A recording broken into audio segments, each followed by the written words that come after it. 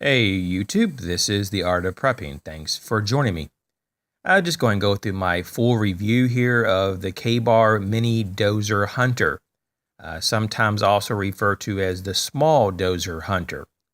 They come in different configurations, in particular just colors of the scale and blade. This one, of course, is on the top. It has the black Zytel handle and the light satin finish blade. And so what we have here is a knife that is extremely lightweight. This is what I would call a true everyday carry knife. Not that the other ones aren't, because I do carry them every day, off and on in my rotation for my EDC. But the standard size, the two below, are about 2.2 ounces compared to the Mini, which is at 1 ounce, which is amazing. Quite amazing. They all feature reversible thumb studs and pocket clips. They have the AUS 8A stainless steel blades with a Rockwell hardness of 56 to 58, and they have drop point configurations with the exception of the one on the bottom. And the one in the middle, though, I would have to say is more of a spear point. The one on the bottom here is definitely a little bit more of a clip point. And of course, the one we're really talking about here today, this particular Dozier, it's more of a drop point. And so, they have a hollow grind. It's kind of it's a little bit shallow of a grind, but it's definitely there. It's definitely a good slicer for food prep. No doubt about that. And they're all lockbacks. And once again, they're Zytel handle scales with no steel internal reinforcing liners. So that's kind of how you get all these in such a lightweight configuration. The blade on this Mini, though, is going to be at 2.25 of an inch. So it's a very small blade, but it's definitely usable. The open length of the full size of this configuration of knife is going to be 5.75 inches. Made in Taiwan, and the blade thickness is 0.11 of an inch. Now, let's go ahead and get this in hand, and I'll show you. I wear extra large gloves, and I can easily get 3 fingers, no problem. Even that fourth one can get a pretty good real estate if I really kind of choke up and put my fingers together. Now, when I'm in more of a relaxed state, this is kind of how it really looks, in more relaxed state. It does have a little bit of a ridge jimping, not too aggressive, and it's kind of far up here on the spine. I wouldn't have minded if it came down even more of maybe a 1/4 of an inch to 1/3 of an inch more. Right here would have been good, but maybe it's just because I have larger hands. But let me just pull back here so you can see. It's still, it's a very small blade, but you definitely can do a lot with it. But look how thin this is. It's very small. And when you compare it to the others, the offerings, the standard size, you can see definitely the variance and the difference there. The blade really isn't extremely that much of a difference, believe it or not. But what you see, though, is the handle. It's the handle size is the difference.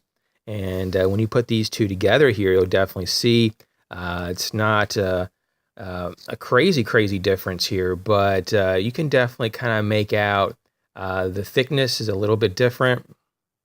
And you can just make that out here. And definitely the length issues, but once again, these are all very good knives, very excellent for everyday carry. And so I highly recommend them. So you can see the thumb stud here is reversible, or you can just take it off if you're wanting to sharpen it. On the flat here, it has Dozier design and a little graphic on there. And then on the Ricasso, it just basically says K-Bar on the presentation side. On the reverse side, it has Taiwan and the model number, which is 4072. It's a little bit shiny here, sorry. And so, let me just go ahead and close it here, and just to show you how small it is. And it is very small. And I'll close another one of these just to give you a comparison also in the closed position. So we put this here, you can see the size difference. You can put it up on this edge here, the size difference. And that's very easy to open, one-handed. You can just get your thumb in there. You can do it slow, or you can just flick it. and push it all the way around. You can also do it just in one time around like that, or like I said, you can just do the slow opening. You can get it in your thumb and just rotate it open. I typically put just a little bit of a paracord lanyard on mine, just so it's a little bit easier when it's in the pocket. I like to just kind of, so for example, this is in the pocket like this, and I have this paracord. This is just a piece of gutted 550 cord, and I can just kind of grab it and pull it out. It's a little bit easier to access just because it's such a small piece of real estate here to get your fingers on. You could pinch it and pull it out, but it's a lot easier to have a lanyard, and I put it on all my of these types of K-bar Dozier hunter styles. So this is the knife, and I highly recommend this. This is a great option, especially for the lightweight feature and the half decent steel. The steel isn't that bad, and it sharpens up really well. It came pretty sharp, but I wouldn't say it was like amazing sharp. I put it on my Spyderco Sharp Maker, and now it is amazingly sharp. So yeah, for around $17. Sometimes it goes up as much as $21 on Amazon, but between $17 and $21, you can pick this up at most times of the year. And so I'd recommend this.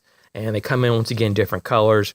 And I would have to say, though, the one that's in like the bright orange handle and the black blade would be a very good option for survival kits, just because it's so usable, and it would have a great coloration, and it's so lightweight. I think that's, to me, the most impressive thing, is how thin, how lightweight, and how usable it is. So, just be aware that this is out there. This has been out there for a while.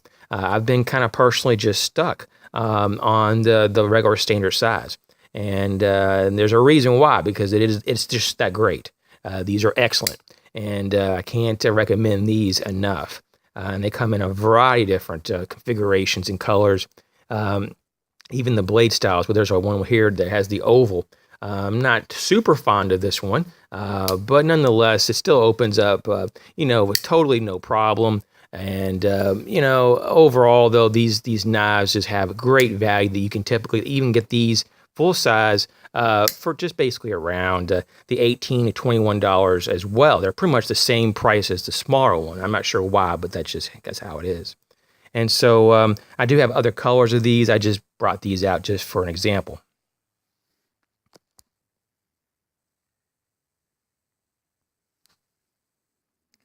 So once again, I highly recommend these. I hope this helps clarify if you're on the fence on maybe looking at getting one of these. As always, thanks for all your input, all the comments, liking the channel, subscribing, and telling a friend. And you all be safe. Thanks.